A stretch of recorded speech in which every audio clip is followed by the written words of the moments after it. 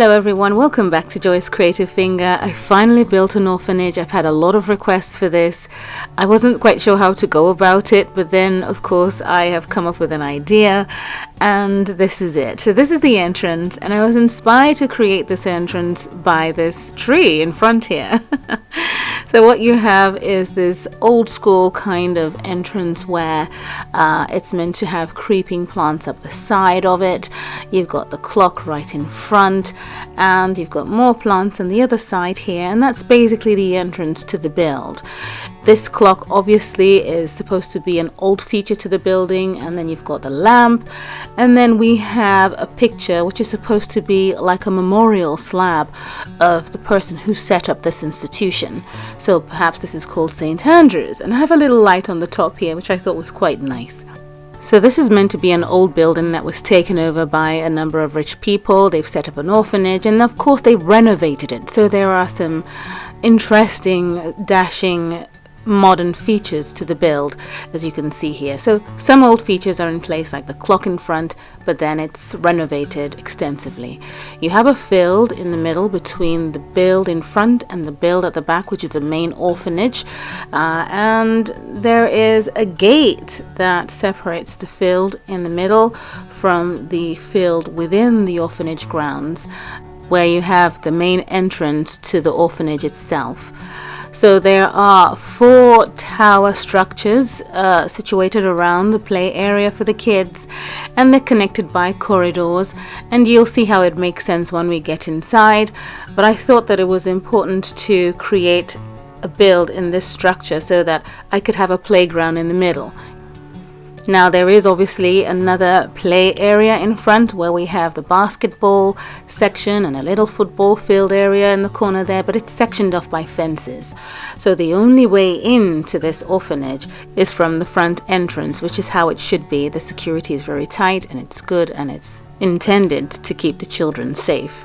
So Sandy, our social worker here, is going to take us on a tour of this orphanage. This is the entrance where we have a few archways that open up into an overhang here, and this is where you could expect to find babies being tossed and just thrown away, and people would just speed off in a car. But the staff are more than willing to help these children, take them in and get them situated. This orphanage caters to preteens, teens, toddlers and babies. And here we have a couple of preteens that have been brought in off the streets by another social worker. There's a little suitcase here with some of their items. And basically this office is the receiving area for everyone and anyone who is brought in off the streets. This is their first stop before they are situated in this orphanage. So a lot of details have to be taken. And while they wait, there is a restroom in the corner here if they need to use it. And generally this is what happens in this space for everyone who comes through these doors. Now over on the left hand side of this reception area is a set of doors that lead into the crisis center. We have a lot of volunteers who work here who take calls that come in from different parts of the country. You get calls about a baby that's been found in a dumpster or a bin, or a child who's been, the only survivor of a terrible accident or something like that. And they have a little filing system here because they don't have that much information about these children. There are post-its on the wall for different locations where they need to send a rescue vehicle, and so on. I managed to place in some other filing systems in here, but not so much because there isn't that much information about these children who've been abandoned, right? So this staircase takes us up to the next floor, and there's a kitchen here for the staff who work here. And actually, let me just swing around and show you this. You can see that these pillar type structures to the front are purely decorative. There is nothing that's in there. It's just for the look of the building, and the staircase is there as well. But this is the kitchen area, so the staff come up here to have some tea during their break time. It's the least that they can enjoy while they're here. They don't get paid for anything that they do. They do this out of the goodness of their heart. This is the charity center for St. Andrews, and that's the name of this orphanage, right? So this is an area where all kinds of donations are made and brought to this orphanage. So say you visit an orphanage, you would come with toys, you would come with clothes, you would come with all kinds of things. They will be brought in here. It's like a storage room. It gets sorted out on the center table there, and they look through the different items, organize them, arrange them, and they get calls as well from people saying, oh, I don't need this bed anymore, I don't need that. And you know, this organization will send out a vehicle to come and get these items from your home, and they'll be sorted out here and they'll be handed to the children in this orphanage. So this is like a storage room where they receive charitable donations, because it's interesting that some of the things that we toss out of our homes are very useful and in very good shape to be reused by these children who have, you know, desperate need of these items. And quite frankly, we're in a society where we have a lot of excess. So once you come upstairs here, you come through to the clinic. It's not a real like hospital or something like that, but it's a small clinic where another healthcare worker this time would situate himself here, and people take turns to do this job who have the skills and the qualifications, but they will take care of any of the kids who are poorly. They have medication that could be given to the kids that could be gotten over the counter. But if there's any severe kind of illness, then of course they would be referred to a hospital, you know, to be taken care of by an actual professional. Now when you come through these doors, you come to the bathrooms. You've got some for the boys over here, you've got the stalls on the left and on the right, and a sink in the middle, and it's the same structure for the girls on the other side here as well. Then we have bathrooms here as well, because maybe one of those kids would stay overnight in this little clinic here and they might need to take a shower for whatever reason. But I chose to situate these shower rooms in this manner right at the top of this building, just to make sure I make use of every tiny space in order to fill in the design for this orphanage. And of course, this clinic area is also a first aid area as well. So, you know, minor injuries would be taken care of in this space. And I think it's quite useful. So now we're working our way back down, and you can see an overview of what we have for the front part of this orphanage. So it's basically where the staff operate from or operate out of. And it's basically the part of the building that manages the residential institution that we're about to tour right now. So you come out another set of double doors from the reception out back here, and we have a social worker who's just playing around with a couple of kids, keeping them company. We have a few toys that are scattered around, and most of these items have been donated by the most generous Sims in my town. I have a basketball hoop on the side here, a number of kids out here, and then you have the gates, which is an extra layer of security before you get into the actual orphanage. So once you come through, you have this lovely play area once again with more kids who are now sitting outside, and you know, they're usually encouraged to come outside and play and get some fresh air. It's a lovely space. I have a sand pit, I've got seating around, a few plants, some shrubs. We have a little boat here for the toddlers to play with, a rocking ship that goes into space or something like that, a swing. And really, this is what I would want an orphanage to look like, because I've visited quite a few and it's nothing like this, nothing at all. And in fact, it's quite sad, you know, but this is what I would want an orphanage to be if I would have the chance to build one. Once you come in through these doors, you have staircases that go up, but on the right side of it you have a set of doors to the back here that lead into the kitchen. It's closed off so the sim can't get in, so we have a chef who then is able to access the front room but can't leave the kitchen except through the back anyway. It's fully stocked, and there's lots of food for the kids that have been donated here. And then we have the service room in front here, so all the kids would come in here except babies. They're taken care of upstairs, but all the kids would come in there, get some food, and then walk through this corridor into the dining area where they can eat. And there's also a TV room as well, so they get to watch telly and see what's going on out in the world and enjoy some kind of entertainment possible. And then, of course, in the hallway we have a staircase that goes down to the basement.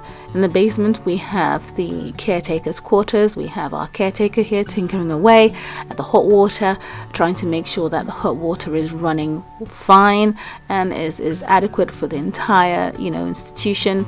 And this is basically the ensuite for the caretaker, and it's adequate for him. Or her, whoever it might be that would be on shift, depending, because they're all volunteers in this space and they might not be able to completely dedicate their time 100% of the time to this institution, but they try. Now, I have a door that leads into the boys' room, and when I say the boys' room, it's all the teens and preteen boys as well who share this space. As you walk in, you have a laundry unit set up here for them. So I've tried to fit things in a certain kind of way, using a bit of glitching here and there, and it worked out fine, and it's snug. We have some drawers on the side here to keep personal items and belongings for wet use, and this door leads into the actual wet rooms.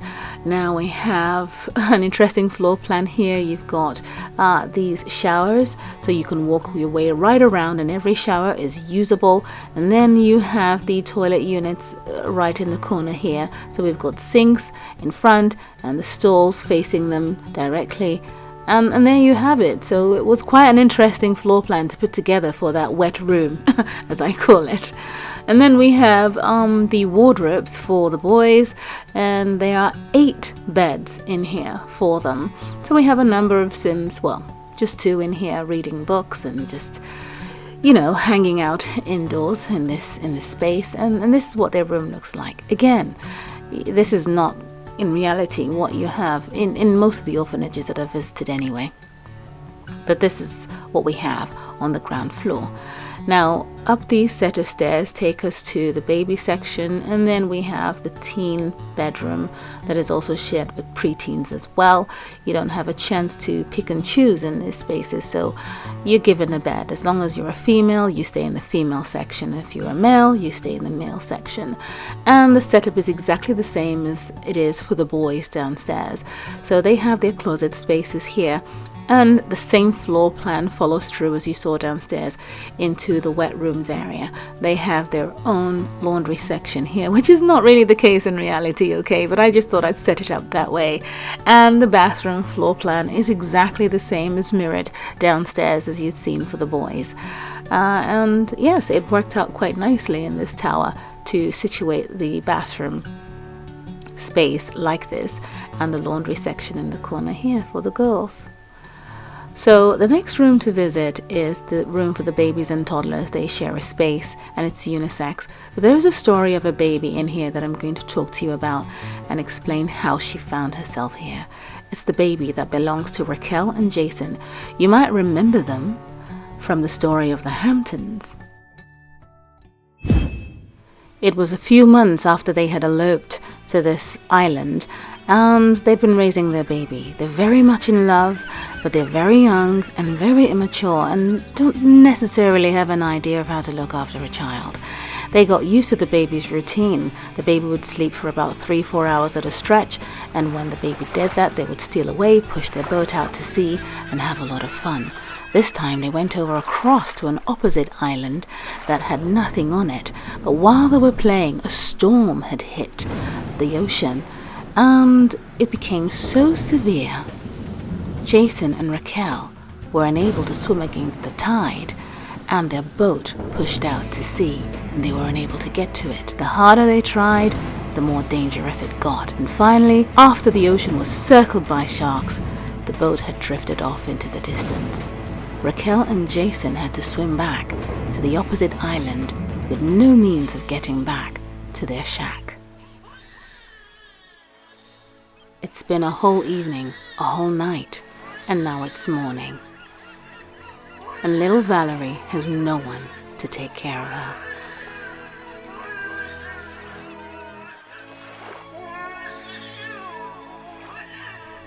Luckily, the local fisherman who usually delivers food to Raquel and Jason popped by that morning and found the baby all alone.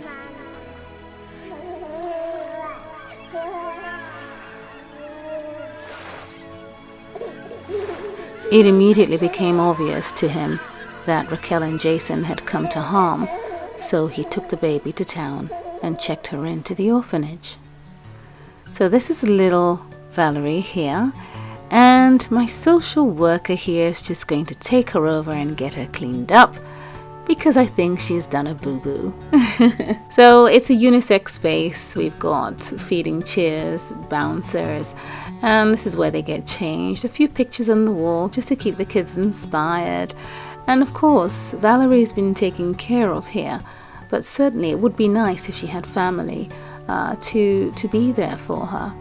This is the toddler's room, and I have 3 beds here. Of course I could squeeze in more, but I didn't want to do that just because. And this is where all their clothes are kept for the babies and the toddlers. Everything is in here. And then we have a door to this massive bathroom, so there are 2 tubs in here for the babies to get cleaned up, and there is a toilet unit on the side there too. And this is basically what I have in this massive orphanage, and I was quite happy that I was able to spread the different sections out this way.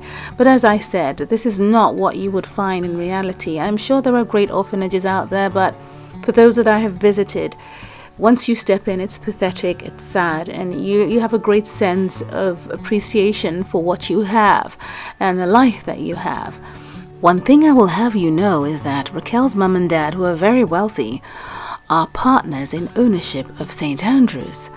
Will they find out that their own flesh and blood is living in this institution?